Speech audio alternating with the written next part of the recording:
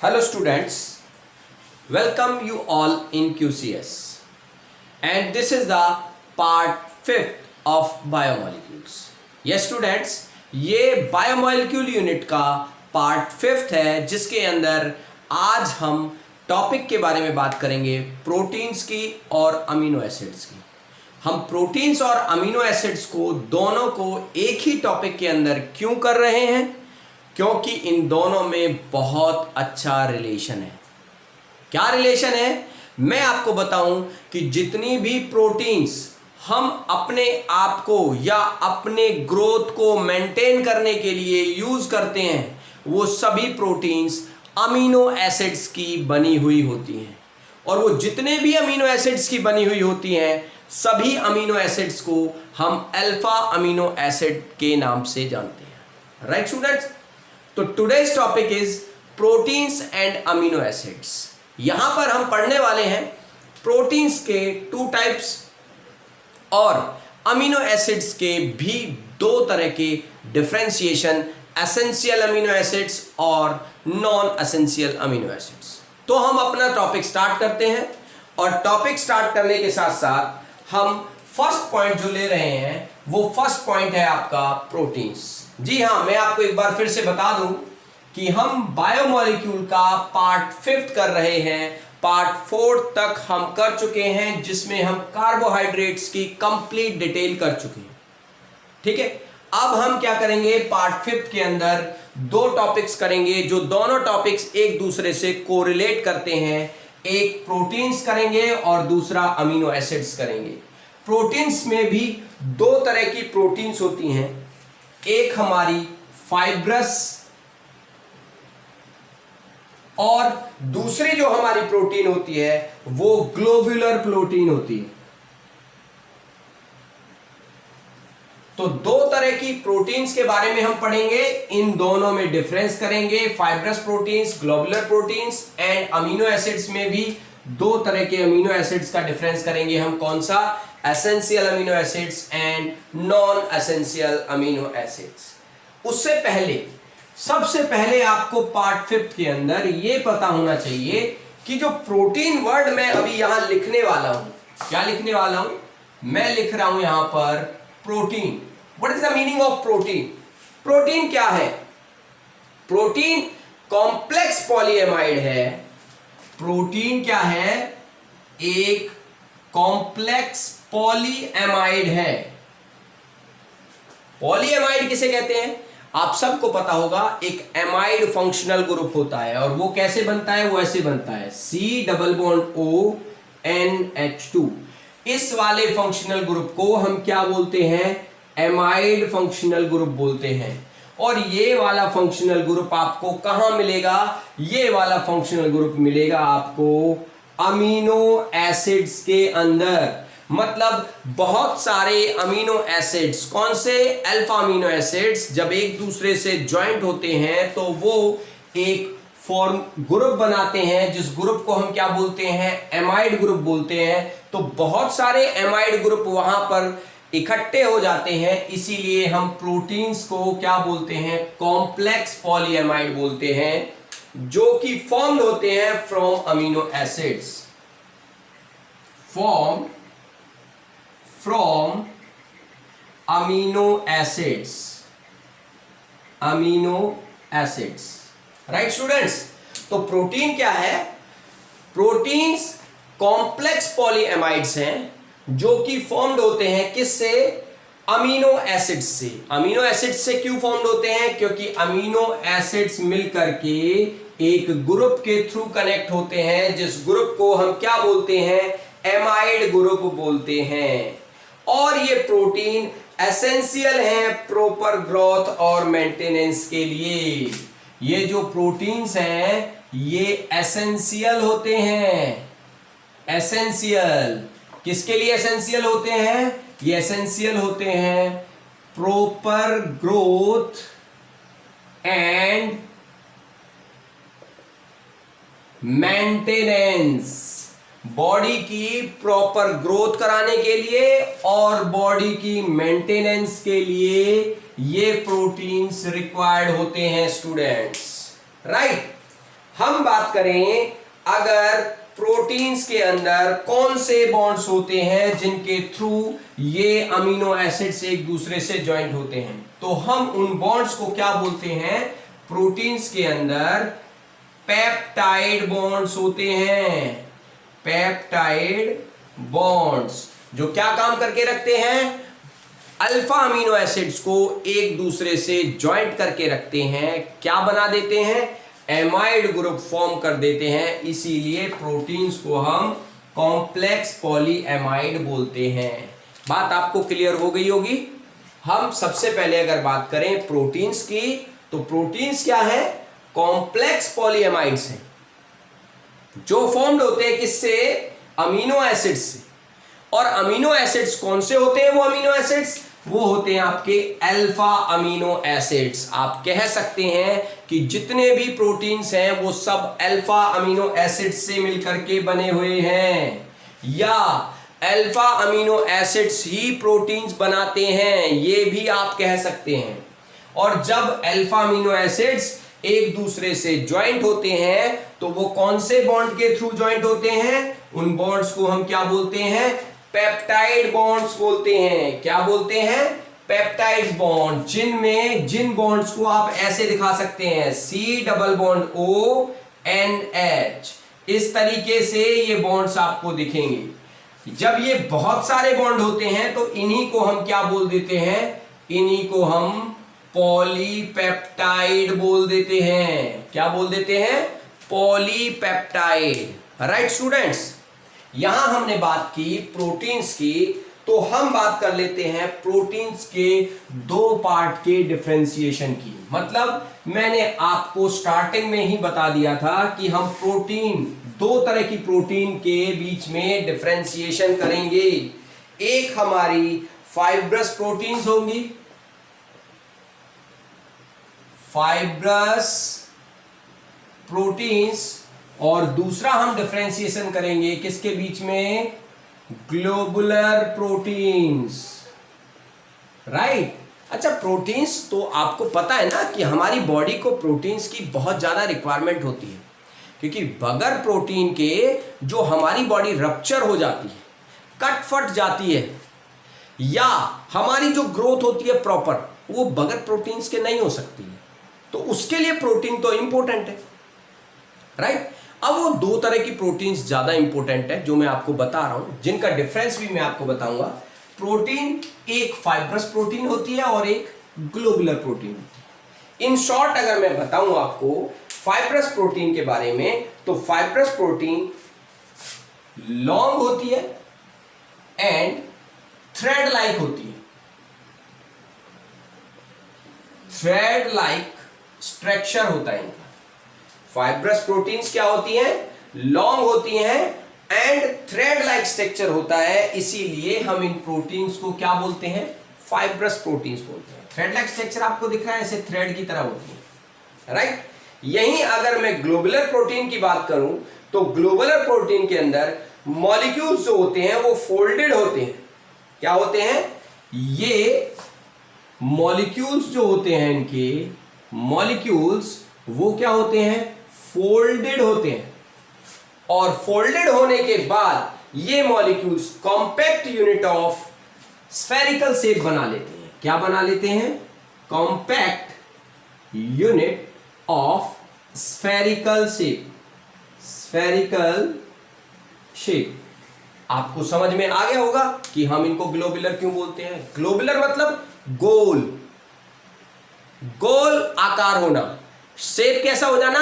Spherical हो जाना। वो स्फेरिकल क्यों हो जाते हैं? क्योंकि इन ग्लोबुलर प्रोटीन के जो मॉलिक्यूल्स होते हैं, वो जैसे ये थ्रेड बिल्कुल सीधा है ना, वो थ्रेड क्या हो जाता है? एक दूसरे के ऊपर ऐसे चढ़ जाता है, फोल्ड हो जाता है, और फोल्ड होने के बाद वो कंपैक्ट होकर के एक यूनिट बना लेता है। वो हमें किसकी तरह दिखती है? स्फेरिकल शेप की तरह दिखती है। इसीलिए हम इन्हें क्या बोलते हैं?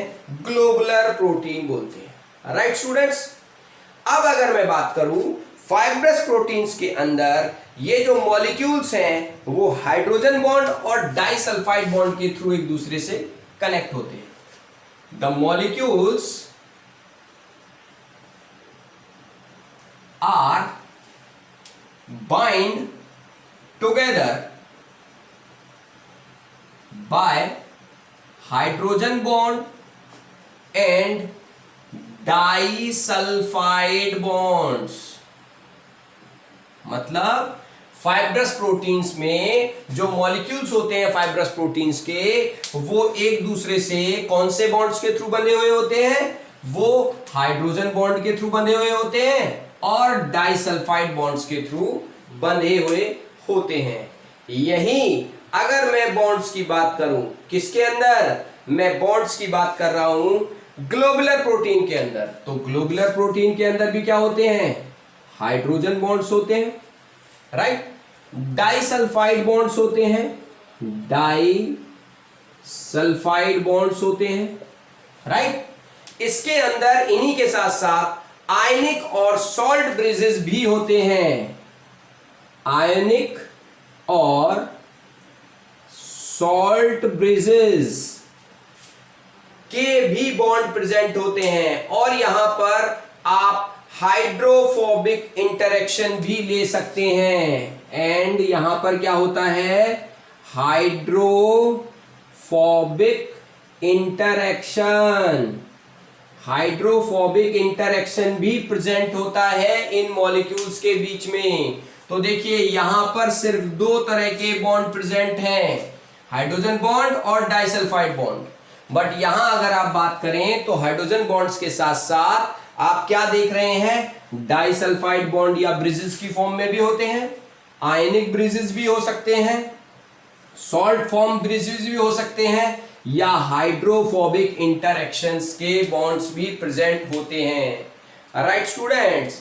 अब अगर मैं बात करूं इनके सोर्स की, तो हम अगर फाइब्रस प्रोटीन्स की बात करें तो फाइब्रस प्रोटीन्स सबसे पहले मैं आपको बता दूं ये होती हैं insoluble in water. Fibrous proteins water के अंदर इनसॉल्युबल होती हैं क्योंकि इनके अंदर strong intermolecular force of attraction होता है। तो आप यहां लिख सकते हैं due to strong intermolecular attraction, right. Insoluble होती हैं फाइब्रस प्रोटीन्स वाटर के अंदर, किसकी वजह से? Due to strong intermolecular force of attraction. और अगर दूसरी तरफ मैं बात करूं किसकी? ग्लोबुलर प्रोटीन्स की, तो ग्लोबल प्रोटीन्स क्या होंगी इसके कंपैरिजन में? सॉल्युबल होंगी इन ब्लड एंड वाटर, दोनों की फॉर्म की अगर मैं बात करूं तो। फिर मैं बात करूं अगर इनके एग्जाम्पल्स की, तो मैं यहां पर आपको डिफरेंशिएट कर रहा हूं इनके एग्जाम्पल्स। आप देखिए फाइब्रस प्रोटीन्स जो होती हैं वो कहां प्रेजेंट होती हैं? फाइब्रस प्रोटीन्स होती हैं, they are chief structural material, they are chief structural material of किसके? ये होती हैं एनिमल टिश्यूज। एनिमल टिश्यूज, और एनिमल टिश्यूज में भी कौन से टिश्यूज? अगर मैं बात करूं क्रेटीन की, किसकी? क्रेटीन की। ये क्रेटीन कहां होता है? ये क्रेटीन प्रेजेंट होता है हेयर, वूल एंड सिल्क के अंदर। Present in hair, wool and silk. एक तो ये एग्जांपल है केराटिन। दूसरा मायोसिन, क्या होता है? मायोसिन, ये भी फाइब्रस प्रोटीन का एग्जांपल है। एंड फाइब्रिन, ये सभी एग्जांपल्स हैं किसके? फाइब्रस प्रोटीन्स के। और अगर मैं बात करूं ग्लोबुलर प्रोटीन्स की, तो ग्लोबुलर प्रोटीन्स के अंदर क्या होता है? हमारे पास क्या आता है एग्जांपल में? ग्लोबुलर प्रोटीन में इंसुलिन आता है। क्या आता है? इंसुलिन। फिर हीमोग्लोबिन, एल्ब्यूमिन, हीमोग्लोबिन, एल्ब्यूमिन, और अगर मैं बात करूं आपसे फाइब्रिनोजन, एक्सेट्रा, ये सभी एग्जांपल्स हैं किसके? ग्लोबुलर प्रोटीन्स के। तो स्टूडेंट्स मैंने आपको यहां पर बताया कि प्रोटीन्स क्या है। प्रोटीन्स एक कॉम्प्लेक्स पॉलीएमाइड है जो कि फॉर्म्ड होता है किससे? अमीनो एसिड से। किसके through? For the formation of amide bond, या अब अल्फा अमीनो एसिड्स एक दूसरे के साथ क्या बना लेते हैं? एमाइड बॉन्ड के थ्रू कनेक्ट हो जाते हैं, और बहुत सारे अल्फा अमीनो एसिड कनेक्ट होकर के क्या बना लेते हैं? प्रोटीन्स बना लेते हैं। यहां हमने दो तरह की प्रोटीन्स के बारे में पढ़ा, एक फाइब्रस प्रोटीन और एक ग्लोबुलर प्रोटीन, राइट। अब हम बार बार बात कर रहे हैं किसकी? अमीनो एसिड्स की। तो हम बात कर लेते हैं अमीनो एसिड्स की। तो अमीनो एसिड्स सबसे पहले हम कहते किसे हैं? Amino acids. देखिए यहां पर हम बात करेंगे अमीनो एसिड्स की। अब ये अमीनो एसिड्स होते क्या हैं? ऐसे कंपाउंड्स जो कंटेन करें कार्बोक्सिलिक ग्रुप और अमीनो ग्रुप। देखिए यहां पर such compounds that contain amino group and carboxylic group, इन्हें क्या बोलते हैं हम? अमीनो एसिड्स बोलते हैं। अमीनो एसिड्स क्या करते हैं? हमारे पास अमीनो एसिड्स का एक एग्जांपल मैं आपको देता हूं। यहां पर देखिए मेरे पास एक अमीनो एसिड है, और अमीनो एसिड क्या है? मैं यहां लिख रहा हूं CH3 CHNH2 COOH, राइट। ये एक अमीनो एसिड है क्योंकि यहां पर एक अमीनो ग्रुप प्रेजेंट है और एक कार्बोक्सिलिक ग्रुप प्रेजेंट है, इसीलिए मैं इसको क्या बोल रहा हूं? अमीनो एसिड बोल रहा हूं। और अमीनो एसिड्स के अलग अलग टाइप होते हैं। मैंने जैसे आपको बताया कि जितनी भी प्रोटीन्स हैं वो सब किससे मिलकर के बनी होती है? अल्फा अमीनो एसिड से मिलकर के बनी होती है। तो ये कौन सा अमीनो एसिड है? क्या ये अल्फा अमीनो एसिड है? तो उसके लिए हम देख लेते हैं। इन दोनों ग्रुप्स में से सबसे ज्यादा स्ट्रॉन्ग ग्रुप है कार्बोक्सिलिक। जो स्ट्रॉन्ग ग्रुप होता है हम उसी ग्रुप से देखते हैं। स्ट्रॉन्ग ग्रुप जिस कार्बन पर कनेक्ट होगा वो कार्बन क्या होगा? Alpha carbon. अगर उस अल्फा कार्बन पर ही अमीनो ग्रुप जुड़ा हुआ है तो आप कह सकते हैं कि ये क्या है? अल्फा अमीनो एसिड है, राइट स्टूडेंट्स। अगर मैं बात करूं, यहां पर मैंने एक एग्जांपल लिया CH3 CH2, मैं यहां पर कनेक्ट कर देता हूं NH2, और ये CH2 COOH। यहां एक अमीनो ग्रुप ये रहा और कार्बोक्सिलिक ग्रुप ये रहा। अब कार्बोक्सिलिक ग्रुप से अगला कार्बन जिस पर कार्बोक्सिलिक ग्रुप जुड़ा है वो क्या है? अल्फा। उससे अगला क्या है? बीटा। तो ये कौन सा अमीनो एसिड है? तो ये अमीनो एसिड ही क्या है? ये अमीनो एसिड ही है। मगर ये कौन सा अमीनो एसिड है वो डिपेंड करेगा कि कौन सी पोजीशन पर अमीनो ग्रुप या एमाइन ग्रुप जुड़ा है। आपको दिख रहा है एमाइन ग्रुप बीटा पर जुड़ा है, इसीलिए इसे हम क्या बोलेंगे? बीटा अमीनो एसिड्स बोलेंगे। तो आपको साफ साफ दिमाग में आ जाना चाहिए कि जितने भी अमीनो एसिड्स हैं या जितने भी तरह के अमीनो एसिड्स हैं वो सब डिपेंड करते हैं position of amino group. Amino group जिस कार्बन पर जुड़ा हुआ होगा वही टाइप का वो अमीनो एसिड कहलाएगा। अमीनो एसिड क्या है? ऐसा कंपाउंड जिसके अंदर एक कार्बोक्सिलिक ग्रुप प्रेजेंट हो और एक अमीनो ग्रुप प्रेजेंट हो। अब मैं आपको बताता हूं कि अमीनो एसिड दो तरह के हो सकते हैं, एसिडिक भी हो सकते हैं और बेसिक भी हो सकते हैं। अब एसिडिक और बेसिक में क्या डिफरेंस आया देखिए जरा।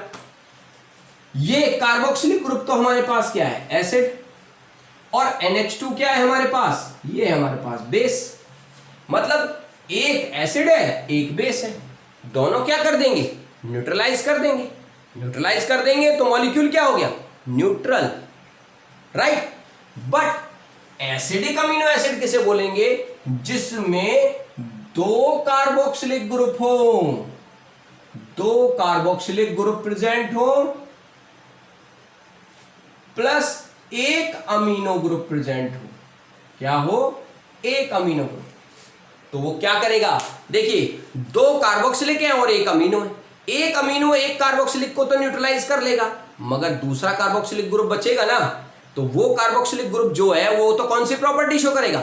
एसिडिक प्रॉपर्टी शो करेगा। इसीलिए इस अमीनो एसिड को हम क्या बोलेंगे? एसिडिक अमीनो एसिड बोलेंगे। तो दूसरा आपको ऑटोमेटिकली समझ में आ गया होगा। बेसिक अमीनो एसिड क्या होगा? उसके अंदर 2 अमीनो ग्रुप होंगे, 2 अमीनो ग्रुप है और 1 कार्बोक्सिलिक ग्रुप है। कार्बोक्सिलिक ग्रुप मतलब 1 अमीनो और 1 कार्बोक्सिलिक तो न्यूट्रलाइज हो जाएंगे। दूसरा क्या बचेगा? अमीनो ग्रुप बचेगा, जिसकी वजह से उसकी प्रॉपर्टी क्या हो जाएगी? बेसिक प्रॉपर्टी हो जाएगी। तो यहां पर हमने क्या किया? अमीनो एसिड्स के बारे में पढ़ा, जिसमें हम अमीनो एसिड्स की अगर बात करें तो अमीनो एसिड्स वो कंपाउंड्स होते हैं जो एक अमीनो ग्रुप कंटेन करें और एक कार्बोक्सिलिक ग्रुप कंटेन करें। अब ये ग्रुप 2 भी हो सकते हैं, 2 हो गए और कोई एक ही रहा, तो उनकी प्रॉपर्टी कैसी हो सकती है अमीनो एसिड्स की? एसिडिक भी हो सकती है और बेसिक भी हो सकती है। और मैंने आपको स्ट्रक्चर के थ्रू बता भी दिया है कि अमीनो एसिड्स में टाइप ऑफ अमीनो एसिड्स को आप किस ग्रुप की पोजीशन से निकालेंगे।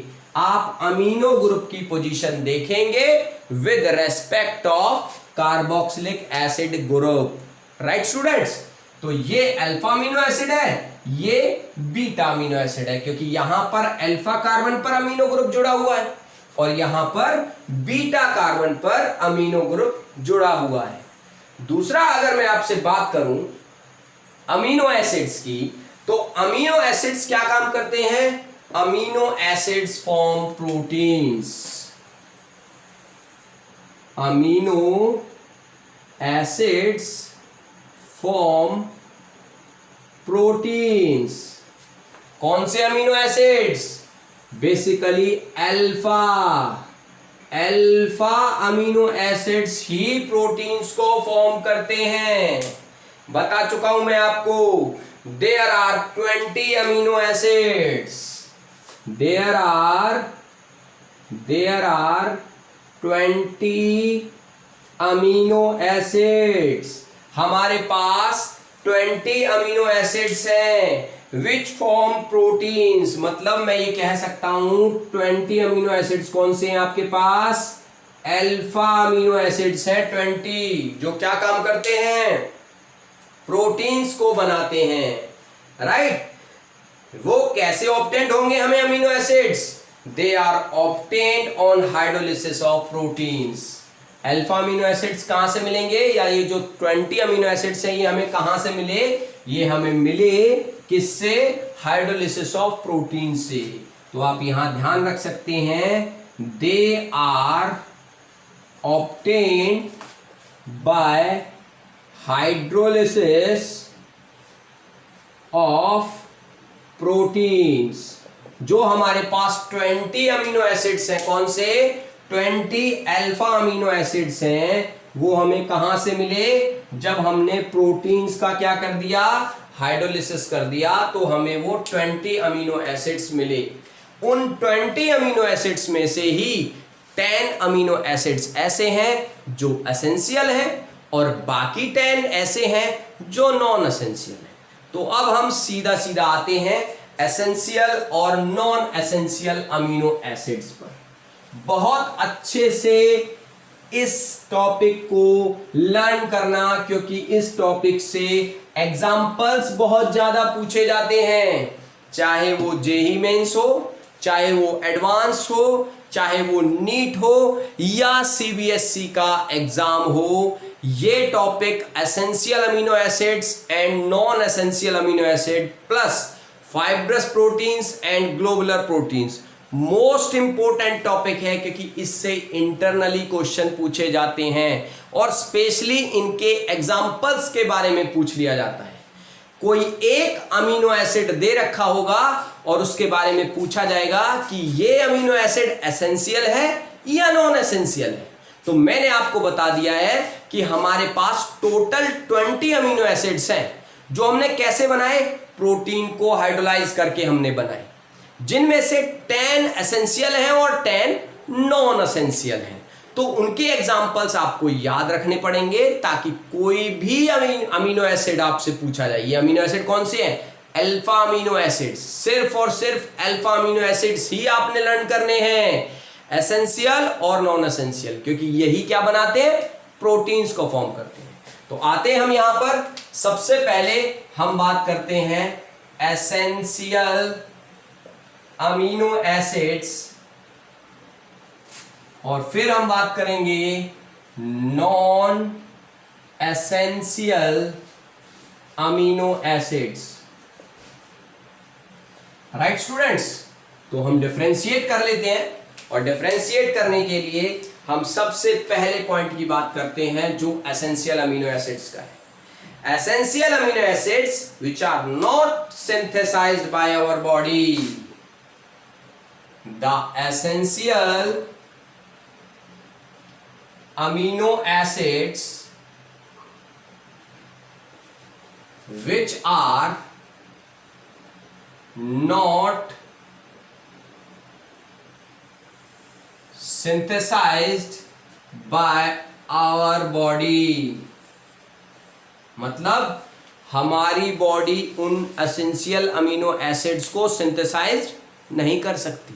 हम जो खाना खाते हैं ना, तो आपको बार बार सुनने को मिलता होगा ना, डॉक्टर्स या आपके डाइटिशियंस ये आपको बार बार कहते हैं ना कि न्यूट्रिटिव फूड खाइए, जंक फूड मत खाइए, ऐसा फूड खाइए जिसके अंदर प्रोटीन्स हो आपकी रिक्वायरमेंट के अकॉर्डिंग, ताकि आपकी ग्रोथ और मेंटेनेंस प्रॉपर तरीके से चल सके। वो इन्हें बाहर से खाने के लिए क्यों बोल रहे हैं? क्योंकि हमारी बॉडी इन अमीनो एसिड्स को नहीं बना सकती। ये अमीनो एसिड्स हमें कहां से लेने पड़ते हैं? ये अमीनो एसिड्स हमें लेने पड़ते हैं अपनी डाइट के थ्रू बाहर से। वही ये पॉइंट है, एसेंशियल अमीनो एसिड्स सिंथेसाइज नहीं होते हमारी बॉडी के थ्रू, उन्हें हमें अपनी डाइट के थ्रू लेना पड़ता है। और अगर मैं बात करूं नॉन एसेंशियल की, तो हम लिख सकते हैं यहां पर they are synthesized by our body. इन अमीनो एसिड्स को हमारी बॉडी खुद सिंथेसाइज्ड कर लेती है। मतलब जब इनकी रिक्वायरमेंट होती है तो हमारी बॉडी या हमारी बॉडी का एक पर्टिकुलर ग्लैंड या कोई particular part in essential amino acids को, नॉन एसेंशियल अमीनो एसिड्स को खुद सिंथेसाइज कर लेता है। बट एसेंशियल अमीनो एसिड्स को हमारी बॉडी सिंथेसाइज नहीं करती, इसीलिए वो हमें लेने की जरूरत पड़ती है। ऐसा खाना खाना पड़ता है जिससे हमें एसेंशियल अमीनो एसिड्स मिल सकें। राइट, तो हम सेकंड पार्ट की अगर मैं बात करूं तो सेकंड पार्ट आपको ये कह रहा है they must be part of our diet. They must be part of our diet। Essential amino acids हमारी डाइट का पार्ट होने चाहिए। और नॉन एसेंशियल अमीनो एसिड्स क्या होते हैं? They are also called dispensable amino acids. इनको हम क्या बोलते हैं? They are also called dispensable amino acids. क्यों? क्योंकि ये अमीनो एसिड्स बॉडी के किसी एक पार्ट में सिंथेसाइज होते हैं और पूरी बॉडी के अंदर क्या हो जाते हैं? डिस्पर्स्ड हो जाते हैं। इसीलिए हम इन्हें क्या कहते हैं? डिस्पर्जेबल अमीनो एसिड्स बोल सकते हैं। थर्ड, अगर मैं डिफरेंस की बात करूं एसेंशियल अमीनो एसिड्स की, तो ये कह रहा है देयर डेफिशिएंसी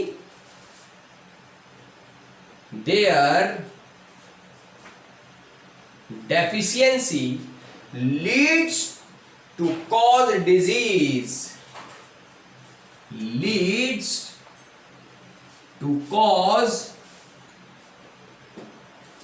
डिजीज। कौन सी डिजीज? सच एज, वो डिजीज कौन सी है? एक तो होती है कवासियोरकर, कवासियोरकर। ये जो कवासियोरकर डिजीज होती है ना, इसके अंदर क्या होता है, water balance in the body disturb हो जाता है, water balance in the body disturb, right. तो ये डिजीज किसकी वजह से होती है? एसेंशियल अमीनो एसिड्स की डेफिशिएंसी की वजह से जो हमें डिजीज होती है, ज्यादातर ये डिजीज बच्चों को होती है। तो इस डिजीज के होने से बच्चों की बॉडी के अंदर वाटर का जो बैलेंस है वो क्या हो जाता है? डिस्टर्ब्ड हो जाता है। अब मैं बात करूं अगर एग्जाम्पल्स की, किसके एग्जाम्पल्स की? सबसे पहले मैं बात कर रहा हूं एसेंशियल अमीनो एसिड्स के एग्जाम्पल की। मैंने आपको बताया एसेंशियल अमीनो एसिड्स कितने होते हैं? 10। कौन से? एक होगा वेलाइन, सेकंड होगा ल्यूसाइन, राइट। थर्ड हम लेंगे आइसोल्यूसाइन, आइसोल्यूसाइन। फोर्थ होगा लाइसीन, फिफ्थ है आर्जिनाइन, सिक्स्थ है हिस्टिडाइन, सेवंथ है phenyl alanine, phenyl alanine. Next है मेथियोनाइन, मेथियोनाइन। नेक्स्ट है ट्राइप्टोफैन, ट्रिप्टोफैन।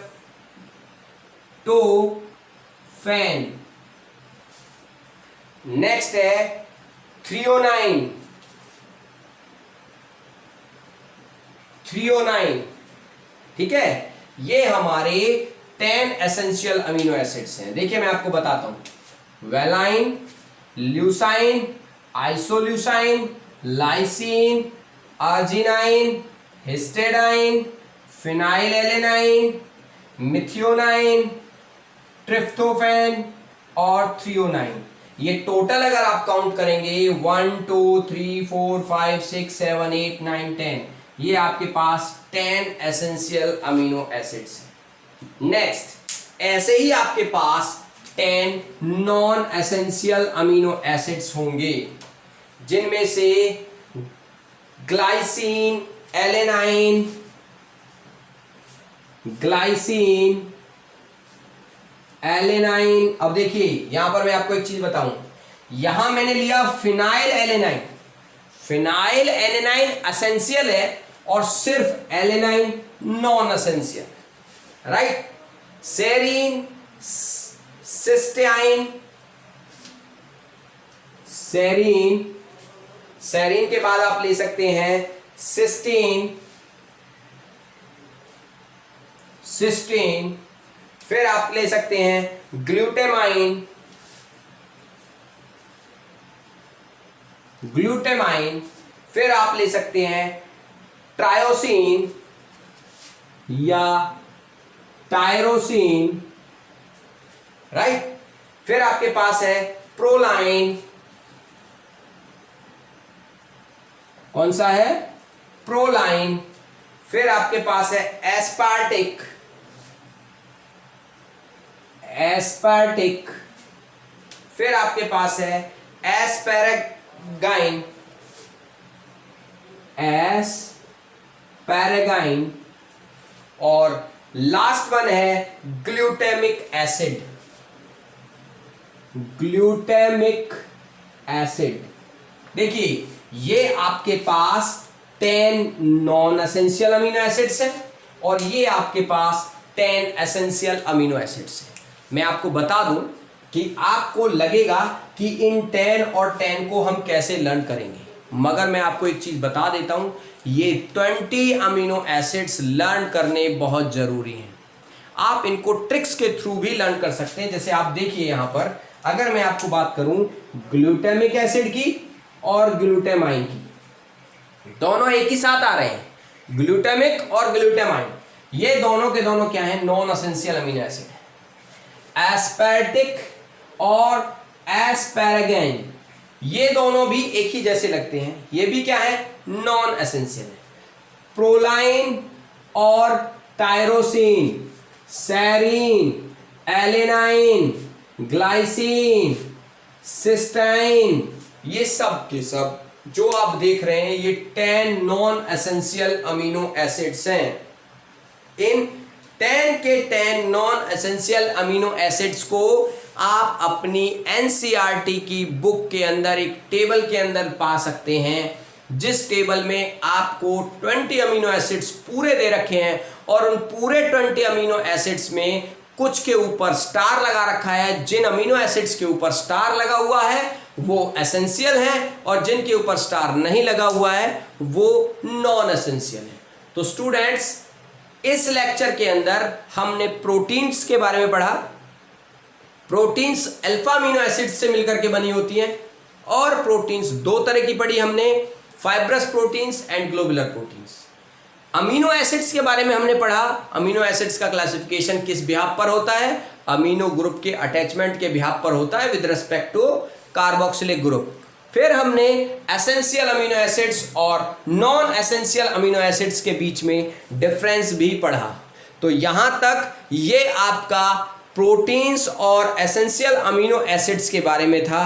हम नेक्स्ट लेक्चर के अंदर और पार्ट लेके आएंगे इसके, जो आपके लिए बहुत ज़्यादा ज़रूरी है। तो स्टूडेंट्स, ये जो मैंने टॉपिक आपको कराया, इस टॉपिक के अंदर से भी बहुत इंटरनली क्वेश्चंस हर जगह पूछे जाते हैं, नीट के अंदर भी, जेई मेंस, जेई एडवांस, या आप अगर बात करें 12th सीबीएसई एग्जाम्स की, तो वहाँ भी इससे रिलेटेड क्वेश्चंस पूछे जाते हैं।